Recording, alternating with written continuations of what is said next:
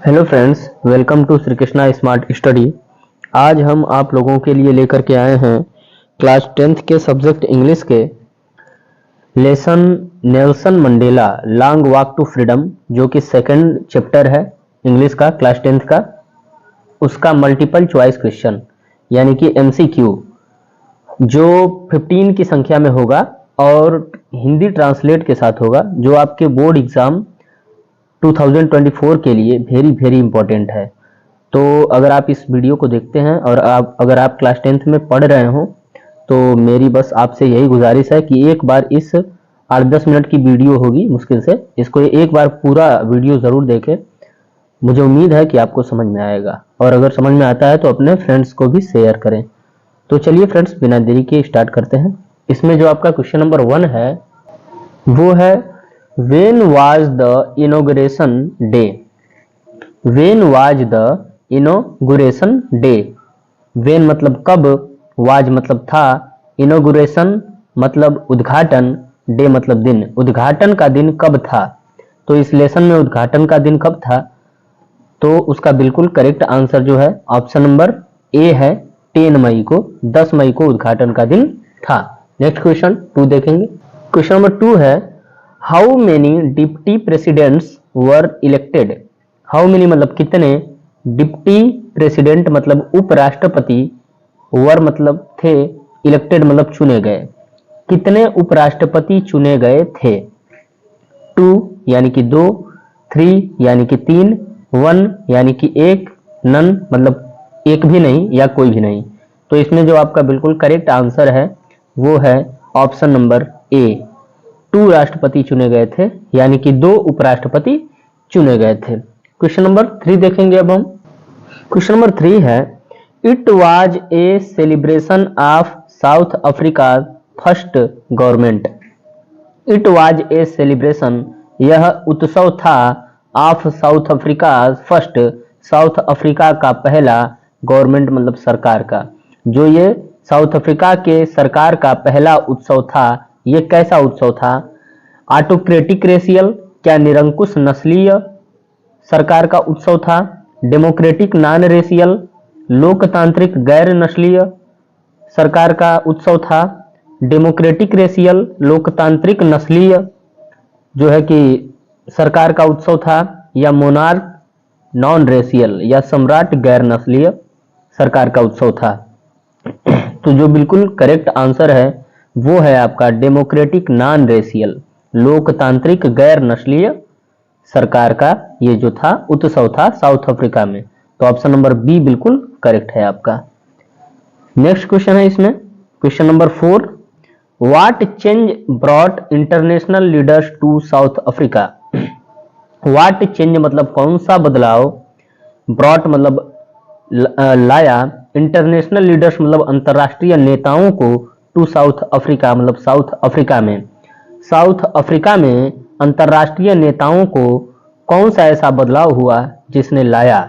And of अपार्थिड।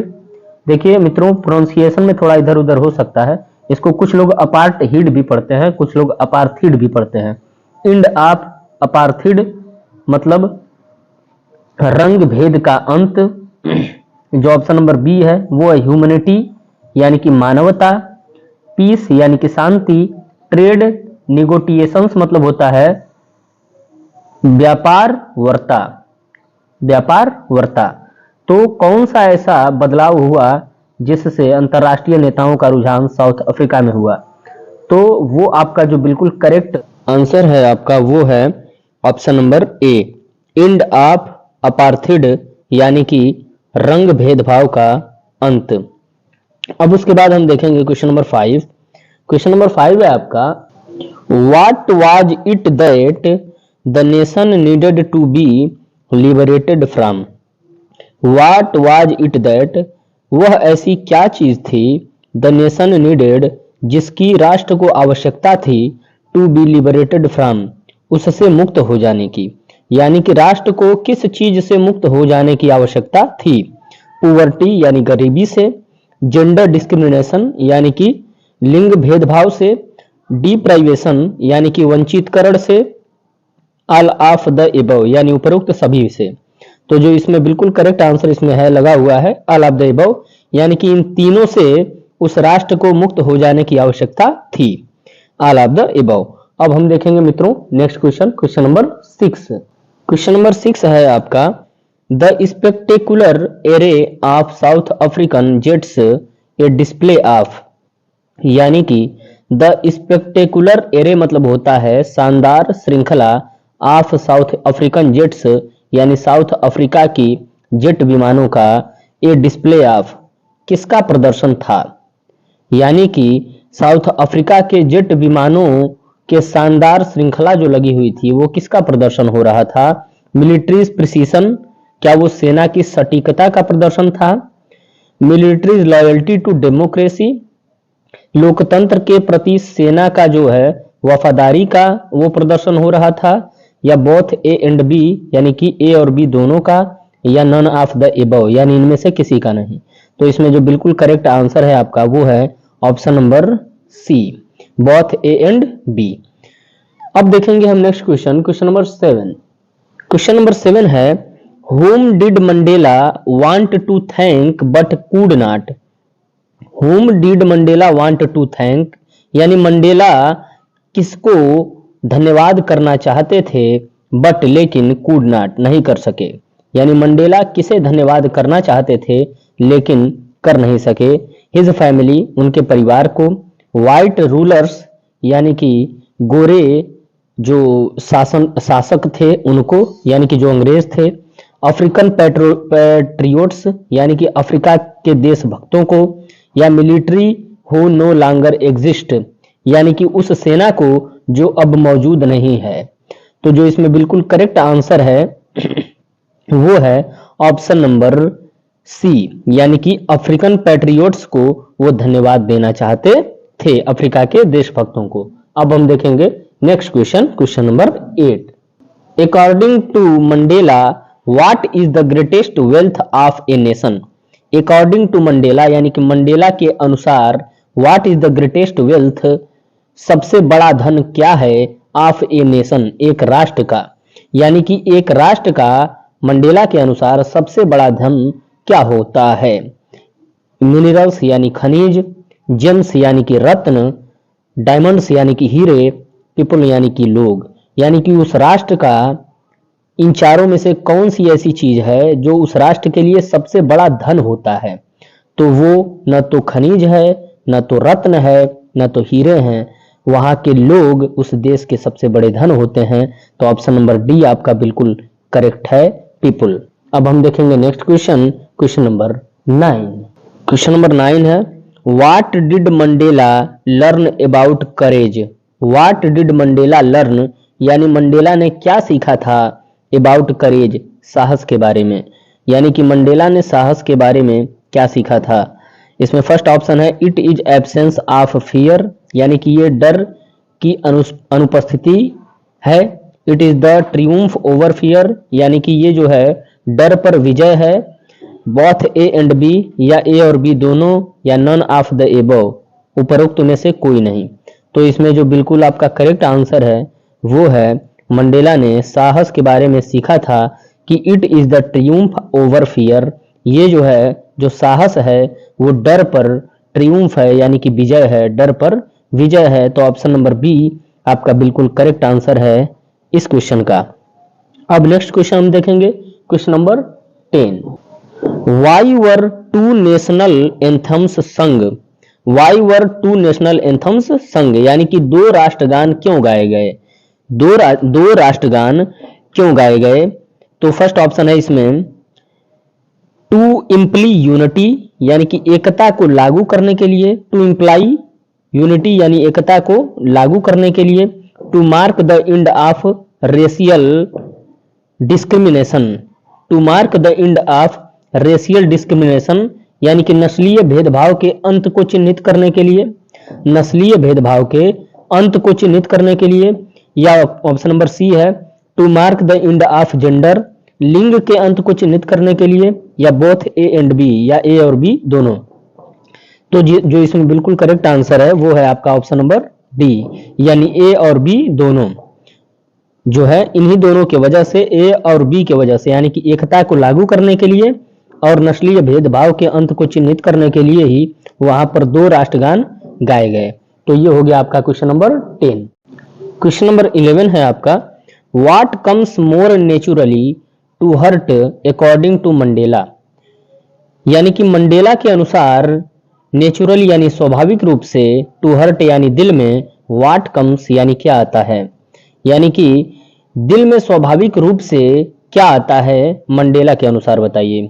Hatred यानी कि नफरत है जो हमारे दिल में स्वाभाविक रूप से आता है, यूनिटी यानी कि एकता है जो हमारे दिल में स्वाभाविक रूप से आता है, या लव यानी कि प्रेम है जो हमारे दिल में स्वाभाविक रूप से आता है, या डी ऑप्शन है रेशियल डिस्क्रिमिनेशन यानी कि लैंगिक भेदभाव, नस्लीय भेदभाव। तो इन चारों में से क्या है जो मंडेला के अनुसार हमारे दिल में स्वाभाविक रूप से आता है, तो वो है आपका लव। बिल्कुल करेक्ट आंसर है ऑप्शन नंबर सी, लव। प्रेम ही ऐसा है जो हमारे दिल में स्वाभाविक रूप से आता है। क्वेश्चन नंबर 12 है, विच पार्टी डिड मंडेला ज्वाइन।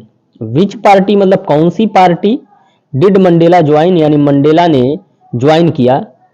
तो जो आपका बिल्कुल करेक्ट आंसर है इन ऑप्शन में देखेंगे, ऑप्शन नंबर ए है इंडियन नेशनल कांग्रेस यानी भारतीय राष्ट्रीय कांग्रेस को उन्होंने ज्वाइन किया। अफ्रीकन नेशनल कांग्रेस यानी कि अफ्रीकी राष्ट्रीय कांग्रेस को उन्होंने ज्वाइन किया। नेशनल अफ्रीकन पार्टी यानी कि राष्ट्रीय अफ्रीकन पार्टी को उन्होंने ज्वाइन किया, या he did not join any party, या उन्होंने कोई भी पार्टी ज्वाइन नहीं किया। तो इसमें जो बिल्कुल करेक्ट आंसर है आपका वो है अफ्रीकन नेशनल कांग्रेस। जो मंडेला जी थे वो अफ्रीकन राष्ट्रीय कांग्रेस को उन्होंने ज्वाइन किया। अब हम देखेंगे question number 13, who according to Mandela is not free. यानी मंडेला के अनुसार कौन स्वतंत्र नहीं है। Who according to Mandela is not free यानी कि मंडेला के अनुसार कौन स्वतंत्र नहीं है। ऑपरेसर यानी कि उत्पीड़क, ऑपरेस्ड यानी कि उत्पीड़ित, या बोथ ए एंड बी यानी कि ए और बी दोनों, नन ऑफ द अबव उपरोक्त में से कोई नहीं, इनमें से कोई नहीं। तो मंडेला के अनुसार जो है कौन स्वतंत्र नहीं है, तो इसमें ऑप्शन है आपका option number C, both A and B यानी ए और बी दोनों स्वतंत्र नहीं है, यानी कि उत्पीड़क और उत्पीड़ित ये दोनों स्वतंत्र नहीं है। तो ऑप्शन नंबर सी आपका बिल्कुल करेक्ट है, बोथ ए एंड बी यानी कि ए और बी दोनों। अब हम देखेंगे next question, question number 14, a man who takes away another man's freedom is. A man एक ऐसा व्यक्ति, हु टेक्स अवे जो ले लेता हो, अनदर यानी दूसरों की, अनदर मैन्स मतलब दूसरे व्यक्तियों की, फ्रीडम मतलब आजादी को, यानी एक ऐसा व्यक्ति जो दूसरों की आजादी को छीन लेता हो, ले लेता हो। इज मतलब वह है, क्या है, वाइट यानी गोरे हैं। ए प्रिजनर ऑफ हैट्रेड यानी कि नफरत के कैदी हैं। क्रिमिनल यानी अपराधी हैं, या रूड यानी कि क्रूर हैं। तो इनमें से मंडेला के अनुसार ऐसा कौन है जो दूसरों की आजादी को छीन लेता है, तो वो हैं गोरे यानी कि व्हाइट। वहां पे जो अंग्रेज थे वो उनकी आजादी को छीन लिए थे, तो यहां पर व्हाइट हो जाएगा यानी कि गोरे। अब क्वेश्चन नंबर 15 है आपका, यही लास्ट क्वेश्चन है, what began Mandela hunger from for freedom. यानी मंडेला की आजादी की भूख कैसे शुरू हुई। मंडेला के आजादी की भूख कैसे शुरू हुई। Option number A, the fact that it had already been taken away from him, his obligation towards people, या ऑप्शन नंबर सी है हिज ऑब्लिगेशन टुवर्ड्स फैमिली, या ऑप्शन नंबर डी है he was born to fight. Hindi translate देखिए इसका, the fact that तथ्य यह है कि it had already been taken away from him, यानी कि यह पहले से ही उससे छीन लिया गया था। यानी मंडेला को क्या इसलिए आजादी की भूख थी कि आजादी उनसे बहुत पहले ही छीन लिया गया था, क्या इसलिए आजादी की भूख थी। या option number B, his obligation towards people, यानी लोगों के प्रति उनका दायित्व के कारण उनको आजादी की भूख थी। हिज ऑब्लिगेशन टुवर्ड फैमिली, या परिवार के प्रति उनके दायित्व था इसलिए उनको जो है आजादी की भूख थी। या he was born to fight, या वो लड़ाई के लिए पैदा ही हुए थे। तो नहीं, इसमें जो बिल्कुल करेक्ट आंसर है आपका वो है option number A, the fact that it had already been taken away from him, यानी कि तथ्य यह है कि यह पहले से ही उससे छीन लिया गया था। तो बिल्कुल ये आपका बिल्कुल करेक्ट आंसर है। तो अगर मित्रों आपको ये वीडियो अच्छी लगी होगी तो प्लीज आप अपने फ्रेंड्स में इस वीडियो को जरूर शेयर कीजिएगा और उनसे भी कहिएगा कि वो भी शेयर करें, ताकि हमारा मनोबल बढ़े और मैं और भी वीडियोस आप लोगों की हेल्प में जो है कि अपलोड करूं। तो आज के लिए बस इतना ही। थैंक्स मित्रों, जय हिंद, जय भारत।